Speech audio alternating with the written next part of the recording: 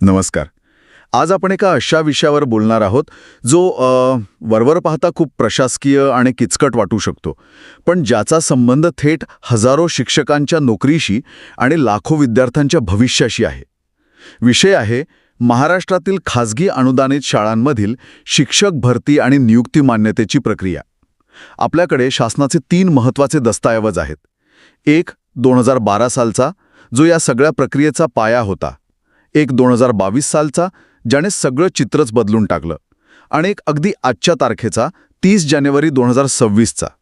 या कागदपत्रांच्या प्रवासातून आपण शिक्षक भरती प्रक्रियेचा चेहरा कसा बदलला हे समजून घेणार आहोत. आणि हा विषय फक्त कागदपत्रांपुरता मर्यादित नाहीये, बरोबर? या प्रत्येक नियमामागे, प्रत्येक बदलामागे एक मोठी गोष्ट दडलेली आहे. ती म्हणजे सरकारी तिजोरीतून दिला जाणारा पैसा आणि तो योग्य व्यक्तीपर्यंत योग्य प्रक्रियेने पोहोचवण्याची जबाबदारी. या शाळांना अनुदान मिळतं म्हणजे आपला करदात्यांचा पैसा तिथे जातो. त्यामुळे ही प्रक्रिया पारदर्शक का असावी, त्यात नियम का असावेत आणि हे नियम का बदलत गेले हे समजून घेणं खूप महत्वाचं आहे. हे केवळ प्रशासकीय बदल नाहीत, तर एका व्यवस्थेच्या उत्क्रांतीचे टप्पे आहेत. व्यवस्थेची उत्क्रांती हा शब्द खूपच समर्पक आहे. चला तर मग या उत्क्रांतीचा पहिला टप्पा पाहूया. आपण सुरुवात करूया 6 फेब्रुवारी 2012च्या शासन निर्णयापासून. हा निर्णय म्हणजे ह्या सगळ्या प्रक्रियेचं जणू काही बायबल होतं, बरोबर? एक सविस्तर मार्गदर्शक पुस्तिका. हो, तुम्ही त्याला बायबल म्हणू शकता किंवा एक रूल बुक म्हणू शकता. 2012 पूर्वी प्रक्रिया अधिक विस्कळीत होती. या GRने पहिल्यांदाच खाजगी अनुदानित शाळांमधील शिक्षक आणि कर्मचाऱ्यांच्या नियुक्तीपासून ते पदोन्नतीपर्यंत प्रत्येक गोष्टीला एका चौकटीत बसवण्याचा प्रयत्न केला. आणि यातला सगळ्यात महत्त्वाचा शब्द होता वैयक्तिक मान्यता किंवा इंडिव्हिज्युअल अप्रुव्हल. आणि ही वैयक्तिक मान्यता मिळवणं म्हणजे एक दिव्यच होतं. हो, तेच. नक्की काय होती प्रक्रिया आणि ती इतकी गुंतागुंतीची का होती? कल्पना करा, एका शाळेत एक शिक्षकाची जागा रिकामी झालीय. आता शाळेला ती जागा भरायची आहे, पण ते थेट जाहिरात देऊ शकत नाहीत. आधी त्यांना शिक्षण अधिकाऱ्याकडे जाऊन न हरकत प्रमाणपत्र म्हणजे NOC आणावा लागेल. म्हणजे हो, तुमच्याकडे जागा रिकामी आहे आणि तुम्ही ती भरू शकता, अशी परवानगी. म्हणजे सुरुवातच परवानगीने. मग जाहिरात द्यायची, अर्ज मागवायचे, मुलाखती घ्यायच्या आणि एका उमेदवाराची निवड करायची. पण इथे प्रक्रिया संपत नाही. अरे देवा, अजून बाकी आहे. हो, खरा खेळ तर पुढे आहे. निवड झालेल्या उमेदवाराच्या सगळ्या कागदपत्रांची एक फाईल तयार करायची. त्याची शैक्षणिक पात्रता, आरक्षणाचा दाखला, TET पास झाल्याचं प्रमाणपत्र, अशी मोठी यादी होती. ही फाईल, ज्याला आपण प्रस्ताव म्हणू, ती पुन्हा शिक्षण अधिकाऱ्याच्या कार्यालयात सादर करायची. मग तिथले अधिकारी ती फाईल तपासणार. प्रत्येक कागद स्क्रुटिनाइज होणार. सगळं बरोबर असेल तरच त्या उमेदवाराला वैयक्तिक मान्यता मिळणार. आणि ही मान्यता मिळाल्यानंतरच त्याचा पगार सरकारी तिजोरीतून म्हणजे शालार्थ प्रणालीतून सुरू होणार. बापरे, म्हणजे प्रत्येक टप्प्यावर मानवी हस्तक्षेप आणि कागदांचा ढिगारा. या सगळ्या प्रक्रियेमागे सरकारचा उद्देश काय होता? हे इतकं किचकट का बनवलं होतं? यामागे 2 मुख्य कारणं होती. पहिलं, नियंत्रण. सरकारला हे सुनिश्चित करायचं होतं की केवळ पात्र आणि योग्य उमेदवारच निवडले जावेत. आणि दुसरं आणि सर्वात महत्त्वाचं, आर्थिक गैरव्यवहार टाळणे. एकदा मान्यता मिळाली की सरकार त्या शिक्षकाचा पगारासाठी आयुष्यभर जबाबदार असतं, की नाही? त्यामुळे चुकीच्या माणसाला किंवा नियमबाह्य पद्धतीने नियुक्ती देऊन सरकारी पैशाचा अपव्यय होऊ नये, हा त्यामागचा हेतू होता. पण हेतू चांगला असला तरी प्रक्रिया पूर्णपणे मानवी हस्तक्षेपावर अवलंबून असल्यामुळे दिरंगाई आणि भ्रष्टाचाराला प्रचंड वाव होता. म्हणजे हेतू चांगला, पण अंमलबजावणीत मोठ्या त्रुटी होत्या. मला वाटतं या 2012च्या GRमध्ये उच्च न्यायालयाच्या निकालांचाही संदर्भ दिला आहे. याचा अर्थ ही प्रक्रिया कायदेशीरदृष्ट्याही भक्कम करण्याचा प्रयत्न झाला होता. नक्कीच. अनेकदा नियमबाह्य नियुक्त्या झाल्यावर प्रकरणं न्यायालयात जायची. त्या निकालांमधून आलेल्या निर्देशांचा समावेश करून हा GR बनवला होता. त्यामुळे त्याला एक कायदेशीर आधार होता. पण जमिनीवरची वास्तविकता वेगळी होती. एका शिक्षकाला मान्यता मिळून पहिला पगार हातात यायला 6 महिने ते अगदी 1.5 वर्ष लागायचं. विचार करा, त्या नवीन नोकरीला लागलेल्या माणसाची काय अवस्था होत असेल. खरंय. म्हणजे 2012ची व्यवस्था ही नियंत्रणावर आधारित होती, पण ती प्रचंड वेळखाऊ आणि अपारदर्शक होती. आणि मला वाटतं याच त्रुटींवर उपाय शोधण्याचा प्रयत्न पुढच्या दशकात झाला असावा. हीच गोष्ट आपल्याला 2022च्या शासन निर्णयाकडे घेऊन जाते. अगदी बरोबर. 2012च्या व्यवस्थेने निर्माण केलेल्या समस्यांवर तंत्रज्ञान हाच एक प्रभावी उपाय असू शकतो हे सरकारच्या लक्षात आलं आणि त्यातूनच 10 जून 2022चा क्रांतिकारी निर्णय आला. या निर्णयाने गेल्या अनेक वर्षांपासून चालत आलेली वैयक्तिक मान्यतेची किचकट प्रक्रिया जवळपास मोडीतच काढली. थांबा, म्हणजे जी वैयक्तिक मान्यता इतकी महत्वाची होती ती काढूनच टाकली. हे कसं शक्य झालं? मग गुणवत्ता आणि पात्रता कशी तपासली जाते? याचं उत्तर आहे पवित्र प्रणाली. 2022च्या GRने स्पष्ट केलं की यापुढे शिक्षक भरती केंद्रीभूत पद्धतीने पवित्र पोर्टलद्वारेच होईल. या पोर्टलवर उमेदवाराची नोंदणी करतानाच त्याची सगळी माहिती, शैक्षणिक पात्रता, आरक्षणाची माहिती सगळं काही पडताळलं जातं. गुणवत्ता यादी आणि आरक्षणाच्या नियमानुसार थेट पोर्टलवरूनच उमेदवारांची शिफारस शाळांना केली जाते. अच्छा, म्हणजे जी तपासणी पूर्वी शिक्षण अधिकाऱ्याच्या टेबलवर व्हायची ती आता सॉफ्टवेअरद्वारे आधीच केली जाते. हो, त्यामुळे 2022च्या निर्णयानुसार पवित्र प्रणालीद्वारे झालेल्या नियुक्तीला वेगळ्याने वैयक्तिक मान्यता घेण्याची गरजच नाही. संस्थेने फक्त पोर्टलवरून शिफारस झालेल्या उमेदवाराला नियुक्ती आदेश द्यायचा आणि त्याचा प्रस्ताव ऑनलाईन पद्धतीने शिक्षणाधिकाऱ्याकडे सादर करायचा. शिक्षणाधिकाऱ्याचं काम फक्त हे तपासणं आहे की पोर्टलने शिफारस केलेल्या योग्य व्यक्तीलाच नियुक्ती दिली आहे की नाही. कागदपत्रांची ती किचकट तपासणी आता इथे होत नाही. वाह, म्हणजे मधले अनेक टप्पे कमी झाले. पण याने फक्त प्रक्रिया सोपी झाली की आणखीही काही बदल झाले? मला वाटतं यात वेळेचं बंधन हा एक महत्वाचा मुद्दा होता. तुम्ही अगदी अचूक मुद्दा पकडलाय. या निर्णयाचं खरं सौंदर्य त्याच्या कालबद्धतेत आणि उत्तरदायित्वात आहे. या GRने प्रत्येक कामासाठी एक टाईमलाईन ठरवून दिली.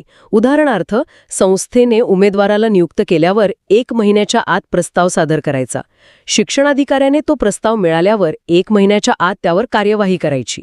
हा आपला नेहमीचा अनुभव आहे. इथेच तर खरा बदल आहे. या GRमध्ये स्पष्ट तरतूद आहे की जर एखाद्या अधिकाऱ्याने किंवा कर्मचाऱ्याने विनाकारण प्रस्ताव प्रलंबित ठेवला तर त्याच्यावर विभागीय चौकशीची कारवाई केली जाईल. हे खूप मोठं पाऊल आहे. यामुळे अधिकाऱ्यांवर एक प्रकारचा दबाव निर्माण झाला की ते फाईल्स दाबून ठेवू शकत नाहीत. जबाबदारी निश्चित करण्यात आली. म्हणजे केवळ प्रक्रियाच नाही तर मानसिकता बदलण्याचा हा प्रयत्न आहे. पण संस्थांवरही काही बंधनं आली असतीलच. हो, आणि ती खूप कडक आहेत. यात स्पष्ट म्हटलं आहे की जर संस्थेने वेळेत प्रस्ताव दाखल केला नाही किंवा पवित्र पोर्टल व्यतिरिक्त इतर कोणत्याही मार्गाने नियुक्ती केली तर ती नियुक्ती बेकायदेशीर मानली जाईल आणि अशा बेकायदेशीर नियुक्तीचा संपूर्ण आर्थिक भार त्या संस्थेवर राहील. सरकार 1 पैसाही देणार नाही. या एका नियमाने संस्थांच्या मनमानी कारभाराला प्रचंड मोठा चाप बसला आहे. म्हणजे ही केवळ तंत्रज्ञानाकडे झालेली वाटचाल नाहीये, तर हा सत्तेच्या समीकरणात झालेला बदल आहे. पूर्वी जी सत्ता आणि अधिकार स्थानिक शिक्षण अधिकारी आणि शाळा व्यवस्थापनाच्या हातात एकवटले होते ते आता एका केंद्रीकृत, पारदर्शक आणि अल्गोरिदम आधारित प्रणालीकडे गेले आहेत. तुम्ही अगदी बरोबर विश्लेषण केलंय. This is a fundamental shift in power. मानवी हस्तक्षेपाला जिथे वाव असतो तिथे मनमानीला आणि भ्रष्टाचारालाही वाव असतो. तंत्रज्ञानाने तो वावच काढून टाकला. यामुळे पात्र उमेदवारांना मोठा दिलासा मिळाला. आता त्यांना कोणाच्या शिफारशीची किंवा मध्यस्थाची गरज नाही. त्यांची गुणवत्ताच त्यांना नोकरी मिळवून देते. हे सगळं ऐकून खूपच सकारात्मक चित्र उभं राहते. पण आता आपण चर्चेच्या तिसऱ्या आणि अगदी ताज्या टप्प्याकडे येऊया. आज म्हणजे 30 जानेवारी 2026 रोजी एक शुद्धीपत्रक आलं आहे. हे 2016 सालच्या एका नियमात बदल करतंय जो अल्पसंख्याक संस्थांमधील अतिरिक्त शिक्षकांशी संबंधित आहे. हा बदल लहान वाटत असला तरी महत्वाचा आहे, नाही का? हो, हा खूप महत्वाचा आणि न्यायाच्या दृष्टीने एक मोठं पाऊल म्हणता येईल असा बदल आहे. हे समजून घेण्यासाठी आपल्याला आधीची तरतूद काय होती हे पाहावं लागेल. शाळांमध्ये जेव्हा विद्यार्थ्यांची संख्या कमी होते तेव्हा काही शिक्षक अतिरिक्त म्हणजे सरप्लस ठरतात. सरकार या अतिरिक्त शिक्षकांना कामावरून कमी करत नाही तर त्यांचं दुसऱ्या शाळेत जिथे गरज आहे तिथे समायोजन करतं. ही एक चांगली सोय आहे. मग यात अडचण काय होती? अडचण होती 2016च्या एका शासन निर्णयात जो फक्त अल्पसंख्याक म्हणजे मायनॉरिटी संस्थांना लागू होता. त्यानुसार जर अल्पसंख्याक संस्थेमधील एखादा शिक्षक अतिरिक्त ठरला तर त्याचं समायोजन होईपर्यंत त्याला विनाकाम विना वेतन म्हणजे नो वर्क नो पे या तत्वावर ठेवलं जायचं. 1 मिनिट, म्हणजे शिक्षकाची काहीही चूक नसताना समजा शाळेत विद्यार्थी कमी झाले आणि तो अतिरिक्त ठरला तर जोपर्यंत सरकार त्याला दुसरी शाळा शोधून देत नाही तोपर्यंत त्याचा पगार बंद. हे तर खूपच अन्यायकारक आहे. हो, हे अन्यायकारकच होतं, कारण हा नियम इतर शाळांमधील अतिरिक्त शिक्षकांना लागू नव्हता. त्यांना समायोजन होईपर्यंत पूर्ण पगार मिळत होता. त्यामुळे एकाच प्रकारच्या परिस्थितीत असलेल्या 2 शिक्षकांमध्ये केवळ ते अल्पसंख्याक संस्थेत आहेत की नाही यावरून फरक केला जात होता. हा धोरणातील एक मोठा विरोधाभास होता. आणि आजच्या शुद्धीपत्रकाने यात नेमका काय बदल केला आहे? आजच्या या शुद्धीपत्रकाने ती कठोर विनाकाम विनावेतनची अट पूर्णपणे रद्द केली आहे.